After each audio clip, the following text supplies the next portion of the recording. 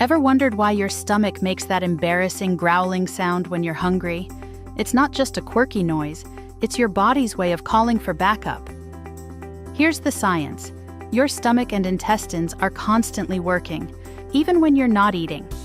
They use muscle contractions called peristalsis to move food and air through your digestive system.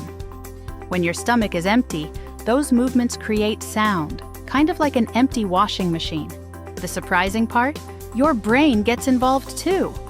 When you're hungry, your brain sends signals to ramp up those contractions, hoping to remind you it's time to eat. So, next time your stomach growls, don't be embarrassed. It's just your body's way of saying, hey, time for a snack. Drop an emoji if you found this informative, and stay tuned for more amazing facts.